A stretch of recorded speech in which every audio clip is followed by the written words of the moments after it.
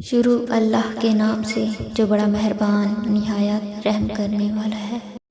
کہتے ہیں کہ وقت کے ساتھ ہر زخم بھر جاتا ہے، مگر سچ تو یہ ہے کہ ہم درد کے ساتھ جینا سیکھ جاتے ہیں۔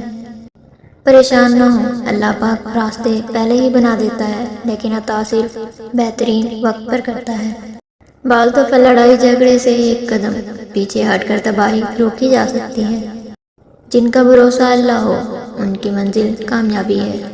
بیٹی کی ذات اگر مقدس نہ ہوتی تو حضرت محمد صلی اللہ علیہ وآلہ وسلم کی اولاد کا سلسلہ بیٹی سے شروع نہ ہوتا۔ پتھروں کے جڑنے سے اگر گھر بنتے ہیں اور دلوں کے جڑنے سے گھر آباد ہوتے ہیں۔ رب وہاں سے دروازے کھولتا ہے جہاں سے گمان بھی نہیں ہوتا۔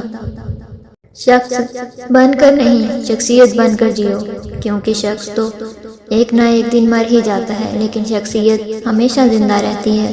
اگر زندگی میں کچھ پانا ہے تو طریقہ بدلو، ارادہ نہیں۔ ایک ہی جملہ انسان کی تربیت کے لیے کافی ہے کہ اللہ دیکھ رہا ہے۔ ابھرنے سے پہلے ڈوبنا ہی پڑتا ہے، غروب ہونے کا مطلب زوال نہیں ہوتا۔ مسلسل اہمیت دینے کے باوجود بھی اگر رشتے بے قدرے اور بد مزاج رہیں، تب رہنے کی بہترین جگہ حدود ہے۔ وہ اللہ ہی تو ہے جو دل کی خاموشی کو بھی سمجھ لیتا ہے۔ اچھا انسان مطلبی نہیں ہوتا، بس وہ دور ہو جاتا ہے ان لوگوں سے جنہیں اس کی قدر نہیں ہوتی۔ اللہ نے 7 آسمان پیدا کیے، لیکن محبت وہ ایک آنسوں سے کرتا ہے۔ معافی مانگنے میں پہل کرنا بہادر ہونے کی نشانی ہے۔ المیہ تو یہ ہے کہ لوگ حقیقی اذیت دے کر مصنوعی معافی مانگتے ہیں۔ وہ شخص کبھی کامیاب نہیں ہو پاتا جس میں ناکامی کا خوف کامیابی کی چاہت سے زیادہ ہو۔ وہ سب جانتا ہے کہ کس کو کب اور کیا دینا ہے۔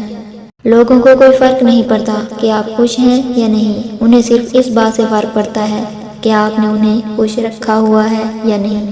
جب کہہ نہ پاؤ تو رو لیا کرو، کیونکہ اللہ تو سب جانتا ہے۔ پرسکون وہ ہے جس کو کم یا زیادہ کی فکر نہیں۔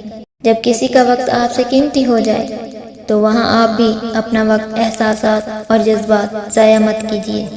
انسان کے ہاتھ میں صرف کوشش لکھی ہے، کامیابی صرف اللہ دیتا ہے۔ مشکل بہت چھوٹی ہے، اللہ بہت بڑا ہے۔ زندگی میں خوش رہنے کے لیے بہت زیادہ ہمت کی نہیں، بلکہ بہت زیادہ بے حسی کی ضرورت ہے۔ لوگوں کو کھونے سے نہ ڈرو، ڈرو اس بات سے کہ کہیں تم لوگوں کو خوش کرتے کرتے خود کو نہ کھو دو۔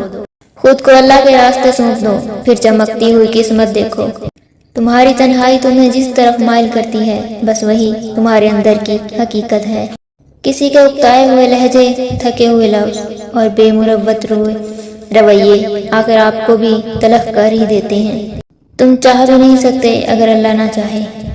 کبھی کبھی انسان اپنی زندگی میں نہ چاہتے ہوئے بھی ایک ایسے مقام پر آ کھڑا ہوتا ہے جہاں وہ اپنا درد سوائے اللہ کے کسی کو نہیں سنا سکتا۔